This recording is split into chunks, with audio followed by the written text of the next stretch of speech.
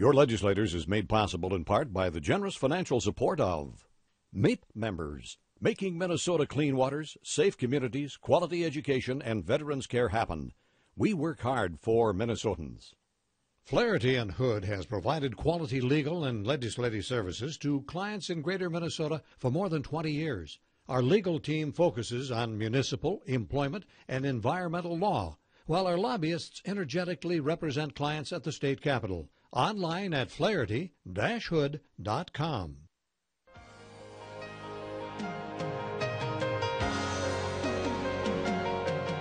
Live from St. Paul, Minnesota, we welcome you to another season of Your Legislators, a roundtable discussion featuring state lawmakers who are prepared to answer your questions and discuss important issues affecting citizens of Minnesota.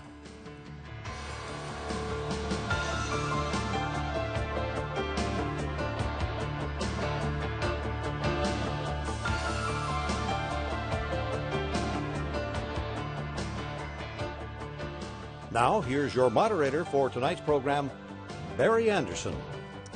Good evening and welcome to Your Legislators. We're delighted that you have joined us this evening. The first order of business is for me to express my thanks to Amy Dowell, who last week filled in as our moderator and host of this program while I was gallivanting about the country on court business. By all accounts, it all went well, and we're delighted that you've returned again for another week of Your Legislators. This is, of course, your program. We invite you to call in with your questions, to send your questions via email, Twitter, and all of the various electronic means of communication, some of which I understand, some of which I don't, but nonetheless they'll appear on your screen and you just follow the instructions, and we'll see that the questions get to our distinguished panel of guests. And we begin our program each week by introducing that distinguished panel of guests who help unravel the mysteries of St. Paul. Tonight we're short two senators who are busy with activity on the floor. We're hoping they will join us a little later in the program. And so in the meantime, the Minnesota House of Representatives and your hosts are going to try to, uphold the honor of the program and march our way through some of those public policy issues. So let's begin with some introductions. District 12A, Elbow Lake, Minnesota, hasn't previously been with us. We're delighted you're with us. Representative Jay McNamara. Thank you, Barry. Tell our viewers a little bit about yourself. My name is Jay McNamara. See, I got it wrong already. That's all right. Does everybody call you McNamara? I've been called everything from soup to nuts, and that's okay. All right. Well, I answer to everything, which is, I don't know. Listen, I was born and raised in western Minnesota. I've lived in western Minnesota my entire life. I'm married. I have two children. In 1971, I moved to Elbow Lake, where I taught school there for 38 years. I've coached every sport you can ever imagine. I've been a volunteer fireman for 20 years. I've been an EMT for 34 years. I was mayor of Elbow Lake for 4 years. I represent District 12A, which is a large area, probably as big as Dan's. It's Wilkin County, Traverse County, Big Stone County, Grant County, Stevens County, and part of Pope and part of Douglas. Although my area is big, I have the same number of people as Dan does. So, and I'm glad to be here. Thank you, Barry, for that. I think we decided that was 39,000 people, didn't we, before we began this evening? So, all right, and also joining us from Roseau, District 1A, Representative Dan Fabian. Did I pronounce that right? You did, yes. Oh, okay. Thank you. Tell our viewers a little bit about yourself. Well, I'm Dan Fabian. I represent District 1A, which is Roseau, Kitson, Marshall, and some of Pennington County. I like to tell people that just to give them a geographical perspective, I represent southern Manitoba and eastern North Dakota. So, and I do live in northern Minnesota. To give another perspective on where I live, when I get to Bemidji, I go only 130 miles to go. So we consider Bemidji to be in central Minnesota. But I coached in Roseau and taught in Roseau for 34 years. I was a head track coach for all those years, head cross-country coach. Spent a couple of years doing some assistant basketball stuff. Spent 1 year coaching hockey back in the days when, luckily, Aaron and Neil Broughton and Brian Erickson, those guys were not on the JV where I was coaching because, as I like to tell people, I knew as much about hockey as Hogs did about Sunday school. My wife, Roxanne, I have 3 boys. They were all born and raised in Roseau, and it's a great place. Northwest Minnesota is just a fantastic place. I'm bordered on the east by the Lake of the Woods, like I said, and on the west by the Red River. So there's a whole bunch of different issues going on up there. We've got agriculture, we've got manufacturing, and I'm very proud to represent the good people up there, all 39,582 of them. And Representative McNamara, I have to ask you, you said you coached every sport imaginable. Do you ever coach hockey?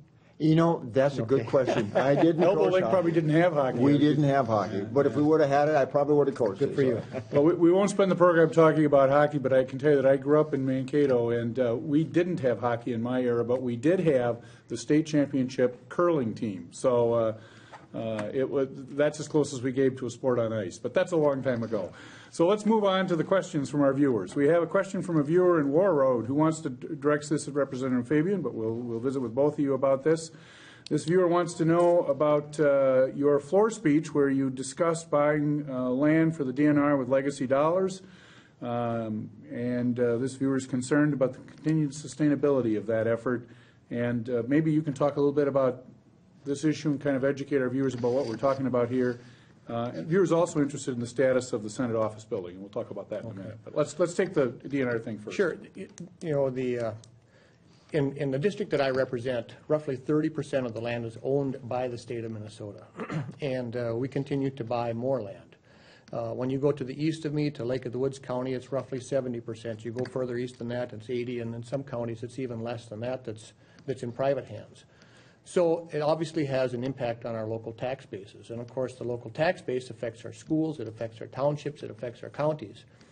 So, you know, what I said on the House floor basically had to do with we are using literally tens, if not hundreds of millions of dollars per biennium to buy land that the state takes control of. At that time, it comes off the local tax rolls. When we use legacy dollars, we can use those dollars to purchase the land, but as we go forward into the future, we can't use the legacy dollars under the current system to make the PILT payments, which is payment in lieu of taxes, because when you take land out of private hands, now it goes into the public rolls, and it's not reimbursed necessarily at the same rate as to what it is when it's in private hands. So what we're doing is then if we want to make some improvements on that purchase in the future, now we can't use legacy dollars for those things either. So my point of my comments on the House floor had to do with, you know, we've been doing the legacy bill, I believe, since 2008 or 2010 were the first dollars that were actually spent. We've got 25 more years of this ahead of us. And I believe that we are putting a hole in our general fund budget that at some point you have to ask the question, seriously and rhetorically, is that sustainable? How much pressure can we put on the state's general fund budget to make PILT payments when we've got millions of acres of land that belong to the state? The legislative auditor issued a report in 2010 that basically said we have more land than we can manage right now. So we have to have a serious conversation about, you know, how do we proceed forward under the current system that we have, and it's a big concern of mine. And quite frankly, in the district that I represent, our county commissions all have no net gain policies in place, and we don't want any more land to be purchased and turned over to the state. If there's a quarter section available here, or an 80 over there, or a section over there, most of us would rather see that land purchased by an individual, and maybe somebody will buy it and it's a piece of hunting property, and they'll put a cabin on it or something, and they'll actually make some improvements to it so we actually increase the tax base, and you know, that's beneficial to us. So the DNR is on record as having said that they are in the business to sell land. We do have some programs going up there, the Strategic Land Asset Management Program it's called. They have sold a few small parcels up there in the past couple of years, but we're working diligently with DNR and our local county commissioners to see if we can't accelerate some of that. Hey, listen, I'm not opposed to, I'm a hunter, a fisherman, I love ATVing and all that stuff. I'm not opposed to the state necessarily owning more land in southwestern Minnesota, where there's limited access available, but I would like to see some constraints put on what we're doing in the northern part of the state. Representative, your thoughts on this? You know, in our area too, we have a lot of land that has been purchased by the DNR. Wetlands turned into wildlife management areas, but the same as Dan, this land has been taken off the county's tax rolls. And one problem we have, and Dan does too, is that our property taxes for our ag land is going up. And one reason why it goes up is we are losing income from land that's being kept in the by the DNR. We don't generate revenue off that. It would be nice if we could. You talked about PILT. If I'm not mistaken, I think that's a one-time payment, and I could be wrong about that. Yep. It's just not enough, and it would be nice to have some type of compensation to help our counties out. Are there any bills in this legislative session that deal with this issue, or is this something that you're really laying the groundwork to deal with in subsequent years? Well, we've had this discussion. You know, I'm kind of new around here. This is my 4th year here, and we've had this discussion in committee. But there's a legal question about supplanting and those types of things. So before I made my comments on the floor, I had talked to Representative Kahn. And we're probably politically quite far apart on many, many, many issues. But this is one issue on which we agree that at least we have to have a discussion about how are we using these legacy dollars, and how can we maybe direct some of those legacy dollars into some sort of a fund that's going to take care of many of the ongoing expenses that are associated with owning, maintaining these lands that belong to the state. And, you know, we need to figure that out. All right. The viewer also followed up with a question about the Senate office building. What is the status of that? Either of you know what the status of that is?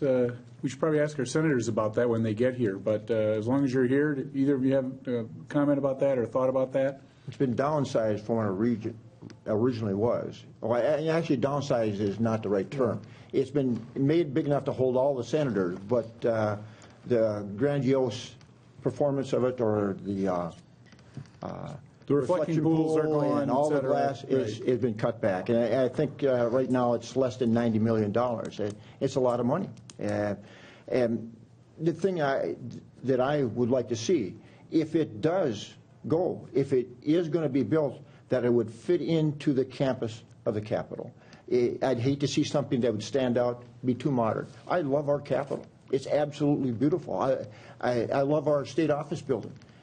The Senate should look similar, should fit in. Do we know procedurally, Representative, where this is at? You know, I think it's had its final hearings. You know, it was passed out of the House Rules Committee, and one of the problems that I think that a lot of people in the state of Minnesota have, and me, is the process that was used to do this. It was something that was put into the tax bill kind of at the last minute, at the end of last session in 2013. There really wasn't, in the House, there weren't any hearings on that. Representative McNamara talked about how it's been downsized. Well, you know, it started out as being a $90 million project. Now it's an $89 million project. And quite frankly, when they first started it, it had all the reflecting pools and all those types of things. And there were office spaces there, I believe, for 44 senators, and there was going to be 23 of them over in the Capitol. And then there was going to be a public parking ramp and so forth next door to it. Well, now it's been changed in that now there will be 67 Senate offices in the new plan, which is for all the senators, plus there's going to then be 23 offices in the Capitol. So some senators are going to have 2 offices. And then, oh, by the way, the public parking ramp has gone away. So it's, when I go home to my district, this is one of the main topics that people talk to me about. This is bad policy, it's bad process, and it's just really bad for the taxpayers of the state of Minnesota. I have very strong feelings about that. So I think that one of the issues that we're going to be talking about this evening is the question of the bonding bill, and maybe we can just touch on that briefly here. If our senators get here in time, we'll pursue that topic a little more thoroughly. But maybe we can figure out kind of where this is at procedurally now. So let's start with you, Representative. Where's the bonding bill at? Well, I'm on capital investments right now, and right now we've got about $850 million in that bonding bill. We'd like to add more. We had probably about $3 billion worth of projects to fund, but that's not going to happen. I'm in favor of the bonding bill. It's going to create jobs. It's going to help our economy stimulate and get over this past recession we had. But like I said, we have a lot more projects to do than what we have. Right now where it's at, it hasn't been introduced to the House yet. It's going to be brought up, I thought it was going to be brought up this coming Friday, but I think it's been postponed up till maybe Monday or Tuesday. And then we'll get a real good look at it. So, but right now, The bonding bill is about between $846 and $850 million. Representative, your thoughts on the bonding bill? Well, the bonding bill obviously should be for infrastructure and those types of things. I mean, that's what it should be for. Long-term projects, you know, one of the main ones I think that's become a real political football, I'll say, or shuttlecock, as a Fayette teacher would say, is the water system out in southwestern Minnesota. In fact, we've got a question from a viewer in Worthington who wants to know what's happening about the water pipeline, and a viewer in Laverne about the Lewis and Clark project, same thing. Yeah. Put at least $20 million in the bonding bill to complete or do nothing, said the viewer. So anyway, Well, I would say let's not do nothing. Let's do something. You know, those people out there, from what I understand, are literally hauling water to get to their cities. Quite frankly, if we can give $45 million to the Met Council and we're going to give more land to the DNR for parks and trails and so forth, and we've got all the legacy dollars already going there. Quite frankly, we need to make sure that we fund that pipeline out in southwestern Minnesota. I think that, I mean, we've all got some projects in our area, but quite frankly, for example, in my part of the state, the Red River Valley, we got a little town of Oslo that literally sits right on the banks of the Red River. It has a dike all the way around the city. FEMA and the Army Corps have basically told them you've got to rebuild your dike.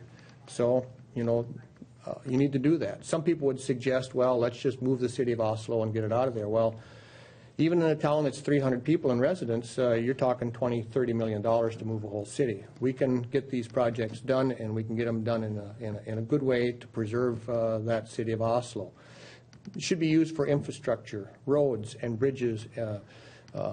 Maybe there's some small cities in Barrett, Minnesota, for example, or Grigla, Minnesota, or Viking, Minnesota, that have major things wrong with their sanitary sewer systems, their water systems, and those types of things. For me, that's what bonding should be about. Quite frankly, if we're going to make an investment in a Senate office building, that's really where that money should be coming from. It should not be coming from the general fund as it's proposed to be done right now. So for me, you know, at the end of the session last year, there was an agreement that was hashed out between leadership, between the two parties. They said that the bill was going to be $850 million, and I think we need to stick to that. And, you know, there's a lot of stuff. I would encourage people to go online and take a look at the Senate bills, take a look at the House bill, and do a little comparison and sit down and ask yourself seriously, are the things that are in the bonding bills things that we really need, or are they things that we want? And as Minnesotans who are going to be, and you have to understand when we bond, people have to understand when you bond, you're taking that and you're putting it on a credit card, because we got to pay back the interest and so forth as we move forward. And what is the bonding capacity that the state of Minnesota has? And so there's a lot of factors involved. Is there going to be a bonding bill? Well, I can't imagine there's not going to be. And you know, over the next few days, Representative McNamara talked about the bonding bill being up on Monday and Tuesday. I think I saw that on the calendar for Monday. So that's when that will come forward, and then there will be you know, a lot of discussion about it, I'm sure. There's good things in that bonding bill, and I've got stuff in there that's, and I got stuff to help little towns. I got money in there to prevent flooding on the Red River. And it's stuff that we need out in western Minnesota. You know, it's interesting you should mention the Red River when you talk about being from Elbow Lake, because people may not understand the extent and the size of the Red River, that how significant that is to Minnesota and northwestern Minnesota in particular. Well, I mean, it starts at basically Breckenridge and goes all the way up to Hudson Bay. It's and it does. It seems like 9 out of the last 10 years it's flooded, and we've got projects to prevent that from happening. I know they want to put a big dam in Fargo, North Dakota that will flood some land in Minnesota. I'm vehemently against that. We can't let that happen. That just and we do have a plan to prevent that from happening, and that's to hold back meltwater, to keep the level of that stream down by 20%, which will prevent the flooding. And by holding back that meltwater in something called impoundment, there's a couple other things that will take place. We have a problem with nutrients in our water. And by holding it back in those holding ponds, we can take care of those nutrients. And by holding it in those holding ponds, we can also replenish our aquifers. It's a good deal. And we need to make use of our lower lands in that area to hold that water back and prevent not necessarily building that dam in Fargo. There are great things in that bonding bill, things that can help us all. And flood mitigation on the Red River is one of them. So. Do you have any comment on the viewers in Worthington and Laverne who are concerned about that water shortage project? It needs to be taken care of. That's a developing area. They got some great industries over there, and if you don't have water, there's no industry that's going to grow. And Barry, the most important thing that's happening in our state right now is we're producing jobs. You produce jobs, you generate revenue to fund everything else through our income taxes. All right, go ahead. You want to Well, I was just going to say a couple of things. You know, Jay is from Elbow Lake. I had a lot of relatives in Elbow Lake. I spent a lot of summers on the farm with the Norbys and so forth, and we used to go fish northerns in the Mustinka River and all that. Yeah, so I know exactly what you're talking about. But I've got, you know, in Roseau, we've got the situation with the Roseau River, and there's a lot of tributaries going into the Red. I've spent a lot of time in the last 3 years learning about watersheds and some of the retention areas that we have. The Red River Basin Commission has got a goal of holding back 20% of the peak flow during flood times.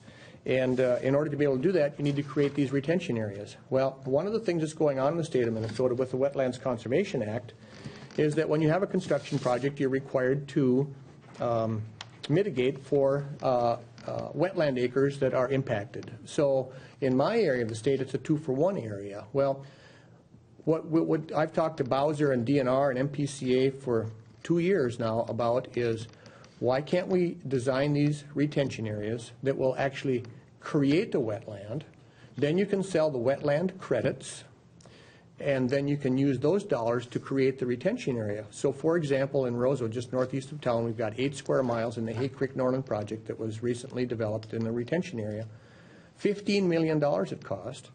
We create this wetland, basically, but because of the different types of wetlands, we had to mitigate 2-for-1, and it added about $400,000 or $600,000 extra cost to the project. And so we need to take a look at some of these things. We've got road projects up there now, and you know, when you try to move water in Roseau and Kitson County, when you get 3-4 inches of drop per mile, it's very, very difficult to move water. And so when the Army Corps comes in and you know, the different agencies that issue permits for these road projects, it makes it very, very difficult to do that. So, and Jay was talking about these projects. They can be used for nutrient reduction. It can be used to hold back some of the sediment and so forth. So we've got, you know, we got a big interest in flood mitigation. I lived through the flood in Roseau in 2002. It happened June 11th or 12th of 2002. The city was 16 inches of water out in the Beltrami Island State Forest, and all that water came to town overnight, and it was horrible. So I'm originally from Ada, Minnesota, and I remember the flood of '97. And they evacuated the town. And when you're living in the flatland country, like where Dan and I grew up, overland flooding is a problem. You can have a 6-inch rain, and you can have flooding further west as it goes to the Red River. So. Well, we've got a question from our viewer. One of our viewers has been tracking a bill of great interest to that viewer. I don't know much about it, but I'm sure our distinguished panel will be. I put the pressure on you now. This viewer from Alexandria wants the panel to talk about the sprinkler bill. The caller doesn't believe the benefits, saving enough lives, justify the investment cost. All I know about the sprinkler bill is that 15 years ago, during a prior life, I was a city attorney, and we had a big argument about whether or not it made sense to require sprinklers in elderly commercial buildings where the basement was basically storage, and why should you go through the cost of imposing sprinkler systems? I gather this is something similar. Sure. Want to take a run at it? I sure will, Barry. Thank you. I am not a supporter of the sprinkler bill. So tell us what the bill is first. Well, I'm not 100% sure. But if you have a home that's built, I believe if it's over 4,000 square feet, then you're required to put the sprinkler system in. It's interesting. I got an email last night from a retired assistant police chief in a fairly large city in, I'm going to say, western Minnesota. And he told me in his email that the best way to save lives from fires is having the integrated fire alarm system, so that if the power goes out, you've got the battery in there. It's hooked up to the live wires and so forth. You have those in. You know, you can put those into a home for $300 or $400 or $500. The sprinkler system can cost you between $10,000 and $12,000 to put that in. And if by chance you have an accident and the sprinkler system goes off, Now you've got substantial damage in the house. And in the email that this former assistant police chief, who said he had 30-plus years in the service, in the firefighting business, he told me that since 2001, and I don't know how accurate all this is, but there haven't been any lives lost in new constructed homes where the integrated fire alarm system is. So I think that, well, especially in Rosa, one of the things we're talking about is workforce housing. We have a shortage of workers, so if people are looking for jobs, we've got all kinds of them in northwest Minnesota at some of our major manufacturers. But one of the things that we're running into that's keeping people away is workforce housing. If you're going to bring in new people and you've got, you're adding costs to new homes, it makes it unaffordable. And I don't know that the science is there to back this up. I just think that it's not something that we should be doing at this time. I agree also. I don't think we should have sprinkler systems in single-family homes. And it adds to the cost. You're not opposed to them, but it shouldn't be required. It shouldn't be required. If someone wants to put it in, good for them, but it shouldn't be required, because what it does is it adds to the cost of the home. And needless to say, right now, we want to get our contractors working. And having that sprinkler system can deter somebody from building a home. And I think, Dan, if I'm not mistaken, I think it was 4,500 square feet was the size of the home they wanted to require that in. But if it's a single-family home, that should be their decision. And I think also, Barry and Jay, that the square footage also includes your garage, if I remember correctly. It could, yeah. So I just, you know, I appreciate the concern that people have, and I think that there's a lot of good intention in some of this stuff. But when you really sit down and start digging through the policies and so forth, I don't think that at this time that it makes sense to do that. And the mandate is what bothers me. If you know, if Barry or Jay wants to put a sprinkler system in their home, absolutely more power to them. Go right ahead. Who am I as a legislator to wade into the decisions that you make inside of your home? What is the status of this bill? Do we know? I just had a bill up yesterday, Ed, and it was in the jobs bill. It was with Tim Mahoney's bill. And it was added in the Senate, I think, to put the sprinkler systems in. And we'd like to take that out because it could kill my bill. And what the bill was is to allow local building inspectors to inspect public buildings such as nursing homes, hospitals. And if that happens, that could kill my bill, which is unfortunate. So the other thing that's going on in the Senate, that's generated a lot of email for me this week, is that a ban on installing, a ban on the mandate that requires the installation of the sprinkler system is in the Senate bonding bill.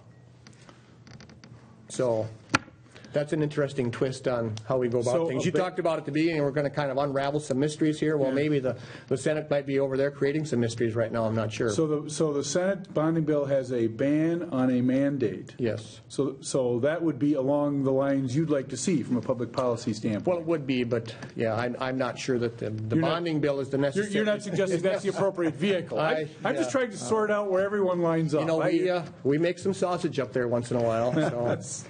As Winston Churchill once observed, the problem with democracy is it's the worst possible system, but the advantage is that it's better than everything else we've tried. Right. We have a viewer from Elbow Lake. So we'll start with our representative from Elbow Lake. The viewer wants to know what's happened to the payback of money borrowed from public schools, and what about aid to education this year?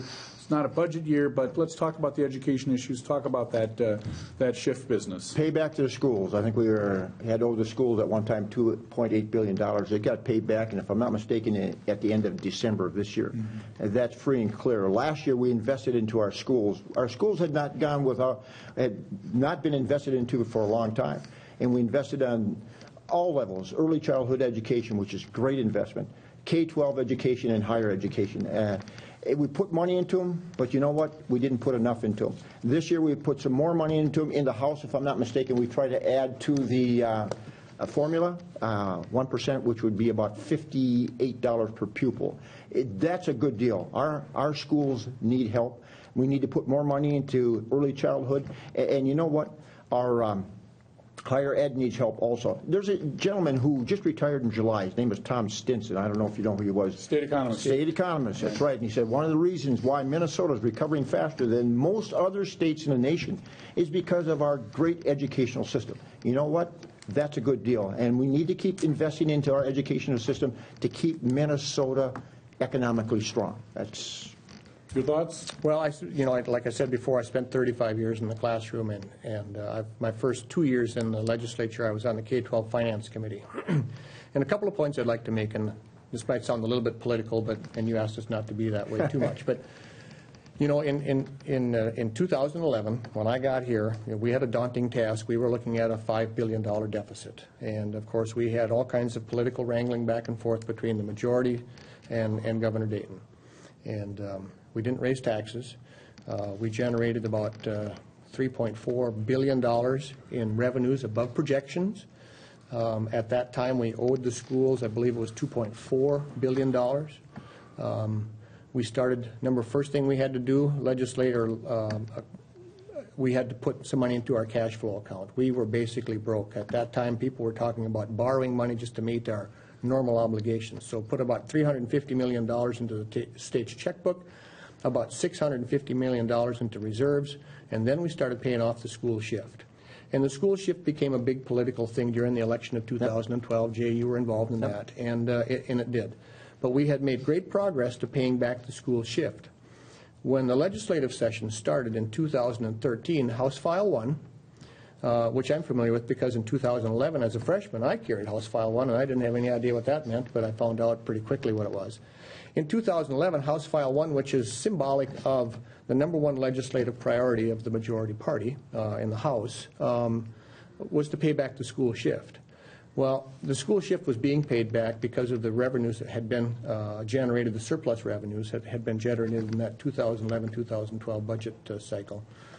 So House File 1 had one hearing, and that was it. And it is basically paid back now, I think, to the tune of about 90%. We've made great progress. I'm a strong supporter of public school. You know, it's interesting. When I first got to the legislature, like I said, I was on that K-12 Finance Committee. And one of the first weeks or so of session, we were having a discussion about the achievement gap. And it's a serious topic, and it's a good topic. It's a great discussion to have. And what kind of things can we do to address the achievement gap? Well, at that time... and just so that our viewers are aware of this, when we're talking about the achievement gap, we're talking about graduation rates, essentially... between minorities and minority school or urban areas of Minneapolis and St. Paul, for example, and other parts of Minnesota. Yep, exactly.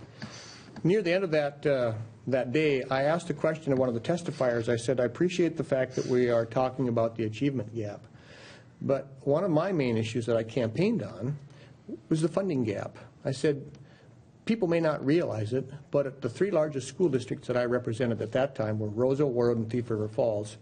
And they got an average payment from the state per year, per student, of about $8,400. And in Minneapolis, they were getting about $14,400 per year, a $6,000 difference. And one of the things that I was extremely interested in is, and I realize you're not going to narrow that gap all in one fell swoop, it's just not going to happen.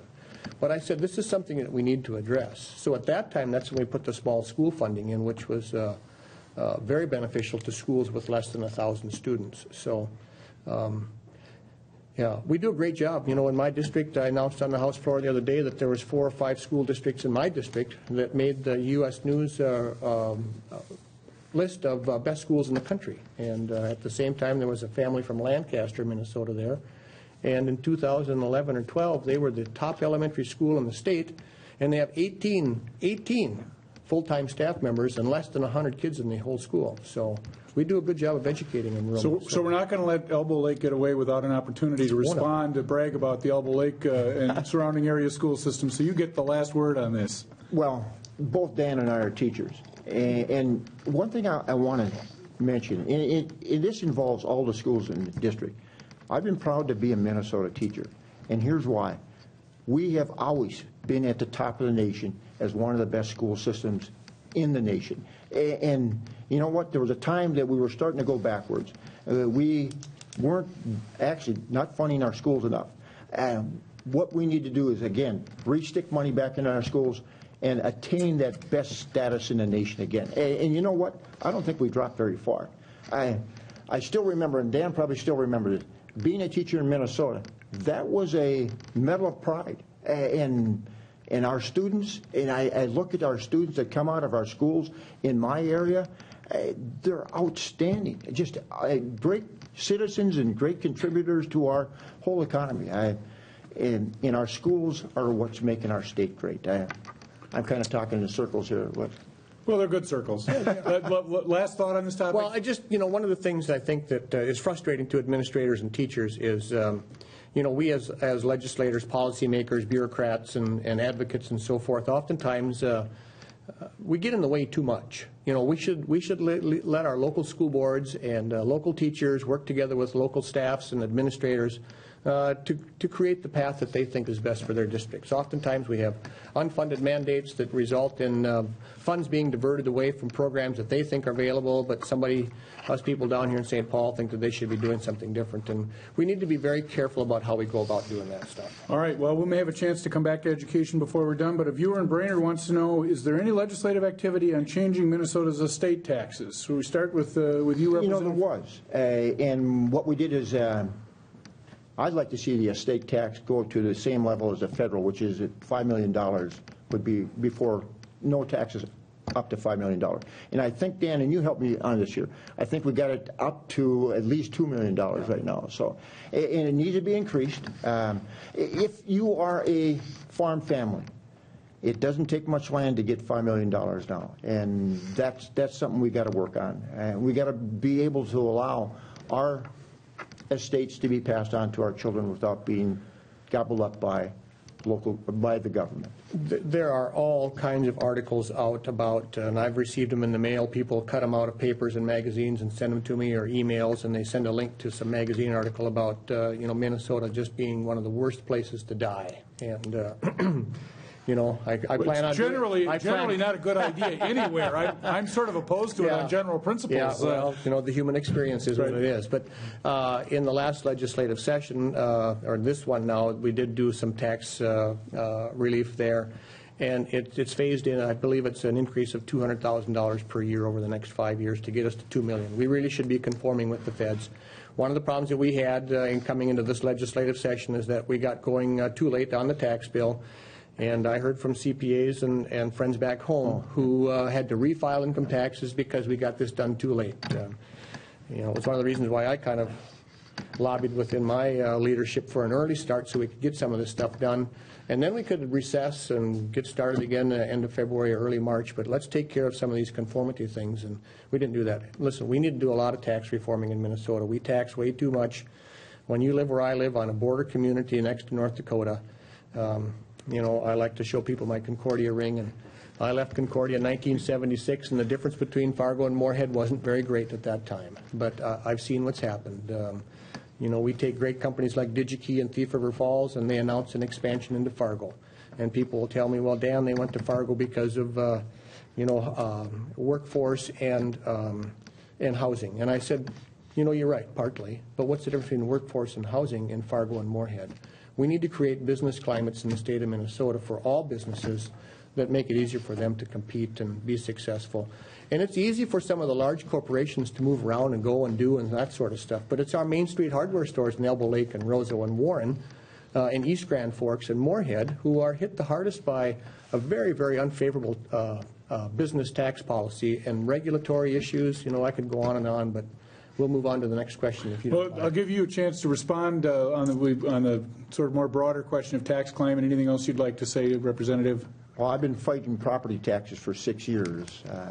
And what we have to do is we have to lower our property taxes. And if I'm not mistaken, this year and in this session, we have a chance to lower property taxes for homeowners, for farmers, and we want to restore renters' credit. Now, I think if I'm not mistaken, it's going to be, we're trying to give a 3% decrease in homeowners' taxes and 6% on farms.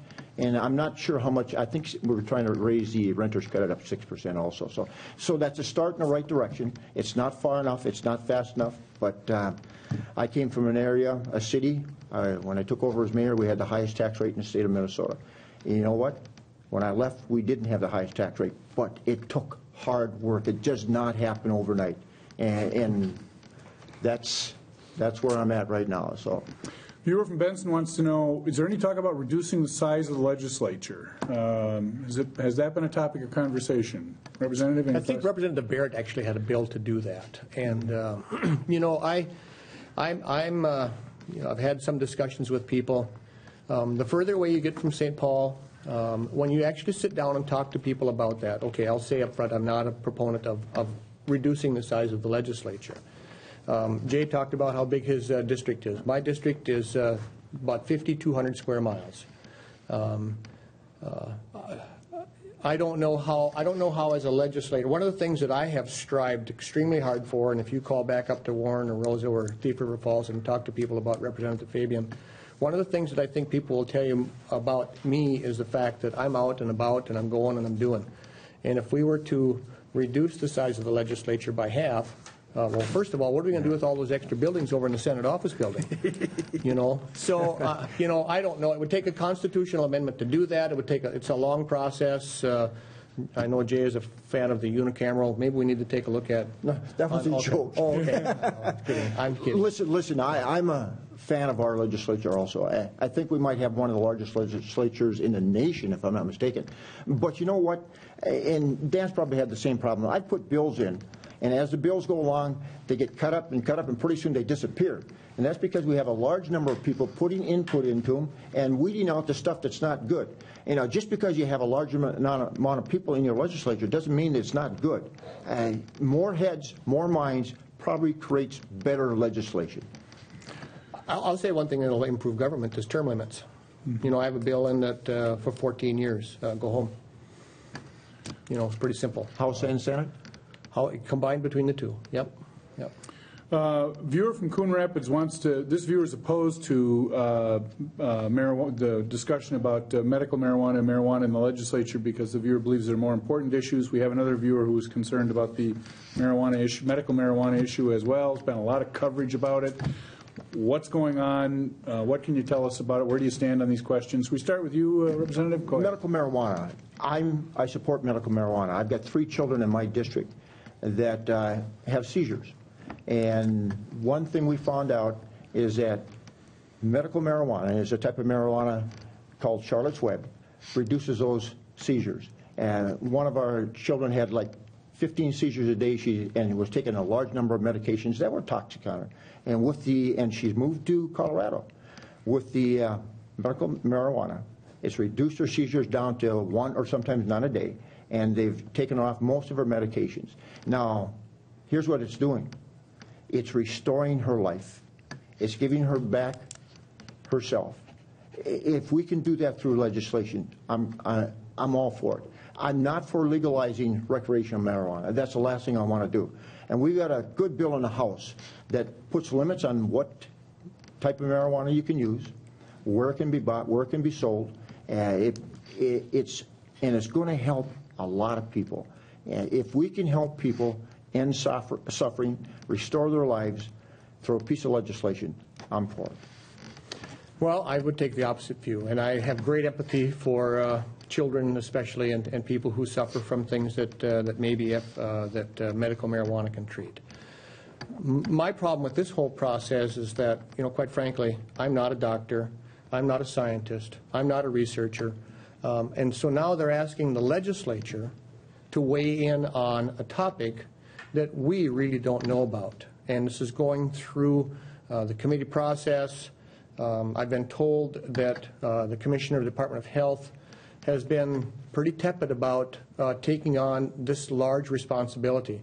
I think if we're going to have a discussion about medical marijuana, you know,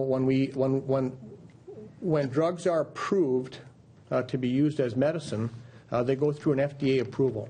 There hasn't been any FDA approval on some of these things.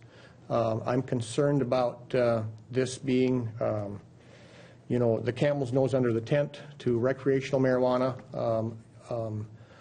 When there's been rallies at the Capitol on days that the medical marijuana has been discussed in committee and so forth, or they organize these things, the groups that are interested in legalizing marijuana have shown up probably in larger numbers than the people who have legitimate concerns about how are we going to get some sort of a medical marijuana bill passed. I am interested in taking a look at what they did over in Wisconsin. I think that that's a model. I've not seen that bill. I've heard a fair amount about it. You know, we have the bill in the House. It's coming over from the Senate, I believe. The Senate passed it. But I still have some very, very serious reservations about the medical marijuana stuff. And, you know, one of the things that's in the bill that, you know, us in rural Minnesota, we have a lot of comments made to us about what's going on in Minneapolis and St. Paul, and it's just as far from St. Paul to Roseville as it is from Roseville to St. Paul. Well, one of the things that's in the bill is that if medical marijuana is this really good thing, we're only going to have one dispensary in the state. There's only going to be one company that's doing this stuff. You know, and that's going to be here in the metro area. So if you live outstate, greater Minnesota, as we like to refer to it, you know, how are we going to do all this stuff? There's just so many unanswered questions here, and I'm not a supporter at this point. Last thought? Well, I don't think we've determined where the dispensary is going to be yet. No. So, and hopefully it's in rural Minnesota. But well, I don't know if that's going to happen either. So with the remaining, we have, what, 2 weeks left of the session about that? Well, then a special session in June. Well, I have a viewer here. Actually, a viewer asked the question whether or not our panel favors a special session and who's going to pay for it. Well, we won't go there. Well, we can. But, So what's left to be accomplished in the remaining 2 weeks? Let's start with you, Representative. Well, you know, with all due respect to everybody in the legislature, Jay and I at this point are kind of along for the ride. You know, I think that between Governor Dayton and Senator Bach and Speaker Thiessen and Minority Leader Dowd and Hahn over in the Senate, you know, that's where a lot of the stuff is going to be banged out now in the next few days. And they're going to come to some agreements on the bonding bill. They're going to come to an agreement on the tax bill, the spending bills and so forth. And, you know, the other stuff that we're doing, I think, in the meantime is there might be a couple of things that are going to be important in terms of having a policy discussion, the medical marijuana. I think that's an important discussion. But actually what we're going to do in terms of moving major bills and stuff, I don't, except for those big ones, the bonding and the tax bill and stuff. The bonding and tax bill are the two big ones. Yep. And the bonding, for me, I think is the biggest one overall. So those are the two remaining items of business, and does it take us all the way up to the last day of the session? Probably is that the most likely outcome here? Well, when you go outside of the House and the Senate chamber and you talk to the vultures that are out there, I'll say, you know, they're taking bets now as to how long we're going to be going. So, you know, I talked to one of my good friends on the other side of the aisle today, and I said, when are we going home? And he said on the 19th. So which is that would put us, I mean, we're so close to the end now that, you know, it's a matter of a day or two, I think. It's interesting. I was hoping we'd go home after tomorrow. And open our fishing. Yeah, but it didn't happen. So we have a question from a viewer who wants to talk about the bonding bill and is concerned about what its impact will be on higher education. And I guess it's appropriate to start with you. You're on the Capital Investment Committee. Talk a little bit about higher education in the bonding bill. HEAPR is part of it. That's for the preservation of the assets of all our colleges. Heating, air conditioning, remodeling buildings, and all our campuses are going to get HEAPR. There's some other pieces in the bonding bill. There's a number of science labs that need to be redone. I think Mankato is asking for developing an educational system down in their campus. There's a number of things that all our higher education campuses can use. I know one thing we did do again this year is we froze tuition for universities and all state colleges, and that's a good deal. And the reason we did that is to keep the cost of a higher education down, which has gotten really high right now. And I think we've added, I think what $17 million we gave to the universities and colleges to help offset keeping that tuition froze. So, and was it just basically on higher education? The bonding piece. Yeah, I think that there's a lot of good projects in there. You know, those are the infrastructure type things. One of the interesting projects that is in my district is at Northland Community Technical College in Thief River Falls. And up in our part of the state, one of the big news stories recently has been the agreement that Northland has with the University of North Dakota on the Unmanned Aerial Systems program. I was at a forum in Thief River Falls a few weeks ago that was hosted by U.S. Congressman Colin Peterson. And all kinds of people there from the UAS industry, not only from the upper Midwest, but from literally all over the country, Northrop Grumman, one of the largest defense contractors in the country, has a partnership at Northland Community Technical College in Thief River Falls, and then also over in Grand Forks. One of the things that happened with the FAA is they opened up some airspace so that they could do some testing of some of these unmanned aerial systems. We heard a lot from the agricultural community of what can be done with these unmanned aerial systems. This is the drone thing that we discussed. It has sort of a negative connotation in some circumstances, but it has positive uses as well. It does. You know, the imaging that they can do, you know, they're going to be able to fly over a soybean field, for example, with a drone, a small drone that's remote controlled, maybe computer controlled, got GPSs in it, can fly over a soybean field, and it can relay light images back to a computer, and they can determine what are the nutrient needs of that soybean, and they can do it on a plot, on a map, using GPS. Then you can go and plug all that information into your precision agriculture equipment, your variable rate applicators for fertilizers and so forth.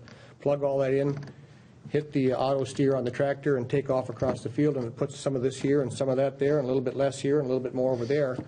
So it can do the same thing for pest control, soybean aphids and stuff like that. They think they're going to be able to detect those things. A lot of restrictions on how the UAS, the unmanned aerial systems, can be used with regards to security and privacy, and I'm full on board with that. Roseau County was named as a test site for that. They're going to be able to do that with permission from landowners. And the reason I mention this at Northland is that they have an aerial maintenance system right now, and one of the projects in the bonding bill is to build a new aircraft maintenance center there, and then also to expand their imaging capabilities of these systems. You introduced a topic that we've had a lot of questions about over the course of the last few weeks, and that is from a standpoint of a legislative response. Has there been any legislative activity in the area of the use of drones? You've given us a pretty good description of how they can be used in greater Minnesota, and I think for many of our viewers that may be the first time they've heard about the possibilities that may exist here. I mean, they see it as, potentially the military concerns, the privacy concerns, et cetera. But there was, as I understand it, some talk about legislative response, but has there been anything introduced or any hearings? Representative Lesch has been involved in this a little bit. In fact, I went and talked to him just before I went to this conference in Thief River Falls, and there had been an article in the Grand Forks Herald. People can look it up. And he hasn't really proposed a bill that really went anywhere. Mm-hmm. Maybe he lays a framework for something in the future. I talked to him and said, I'd be interested in serving with you sometime during the interim to get a group of people together and let's sit down and have some discussions. Let's bring in the experts. Let's bring in law enforcement. Let's make sure that we protect privacy and so forth. One of the interesting things about the drones is there was some liquor store or whatever on the shore of one of the lakes in northern Minnesota. And you could call in and enter your GPS coordinates, and then they had a drone that would pick up a case of beer, and then it would take it out on the lake and come down and it would drop it off for you, and you use your credit card and pay for it, and away it would go. Well, the FAA came in and said, no, you can't do that. It's commercial. So, I love an entrepreneur, don't you? Huh? But otherwise, there's been no legislation. None whatsoever. No. So let's talk a little bit about workforce preparation, because both of you represent rural districts. Yeah. One of the things that I've noticed in visiting with my friends at Ridgewater and at various other, let's call them I don't mean non-academic institutions in the sense that they're not granting an academic degree. They are. But I'm thinking more in terms of technical training. And my sense is that we're beginning to see, without a lot of discussion, some real taking off of job opportunities in those areas. Am I reading that correctly? You are. Start with you. Well, we have several where I'm at. The closest one is Alexandria and Wadena. And what's happening is that, we think about my district, we think nothing but agriculture. And that's not necessarily the case. We have several communities that are growing as far as industry is extremely fast. Perm, KLM and Perm. Alexandria, Douglas Machine in Alexandria is growing. We have Superior in Morris. Superior is probably one of the top 40 fastest growing companies in the nation. And we have jobs for people with technical expertise. We need welders, we need machinists, and we need mechanics, we need diesel mechanics. And you know what? If you go into those, you're going to get a job. and it's not going to be minimum wage. It's going to be a good-paying job. And those schools are there for our kids. Dan probably has the same thing in your area. I do, Barry. It's interesting, like I said kind of early in the program, we have a tremendous need for workers in northwest Minnesota. We've got what I like to refer to as the Big Four: Marvin Windows and Doors, Polaris, Arctic Cat, DigiKey, but we've also got companies that are fairly young. Central Boiler in Thief River Falls, we got Machinewell in Grigla, and Heatmore and Warroad, and Podco in Lancaster, and Beamco in Oslo. I mean, we've got these things, Matt Trax in Karlstead. Jay mentioned welders. If we could fill two tour buses with welders, we could put them all to work in northwest Minnesota tomorrow. We've got all kinds of opportunities available. And I think one of the keys to this is I've had conversations with the people at Northland and superintendents and counselors and stuff. What we need to try to do is figure out a way to get students interested at a young age in some of these programs and make them help them to understand that there's a future here. You know, whether you're talking, you know, Deb Keel had a bill last year or 2 years ago that would enhance career tech ed stuff, and working through our community colleges, and there's just tremendous opportunities. And in some cases, you can, at the end of 2 years, I mean, I know some former students of mine that worked for one of the major pipeline companies. They were making $50 an hour as welders. So all kinds of opportunities. Diesel mechanics, I had a meeting with Titan Machinery and some other ag producers a year or so ago. They told me throughout their upper Midwest area they were short like 50 or 60 diesel mechanics. So we just have to create an interest. Barry, in our rural area, we're producing jobs. It's just great to see the way our economy's taken off. I'm seeing signs of now hiring. My wife said she went to Walmart in Alexandria, and there was a person standing at the door handing out flyers to get people to sign up for jobs. And that's great. Hey, our economy's doing well. And that's going to be our concluding thought, because we've run out of time. I want to thank our panel for carrying the full load tonight. We'll be back, we hope, with a complete panel next week. I want to thank you, the viewers, for joining us. Invite you to come back with us next week and all the weeks that follow until the legislature goes home, whenever that is. Thank you and good night. There's much more about your legislators online at pioneer.org. Find out more about the history of the program, who's been a guest, and watch all our past episodes. There's also a photo gallery, informative links, and much more. You can also get involved and stay in touch by following us on Twitter and join the discussion on our Facebook page. Thank you for watching Your Legislators. Your Legislators is made possible in part by the generous financial support of MAPE members, making Minnesota clean waters, safe communities, quality education, and veterans care happen. We work hard for Minnesotans.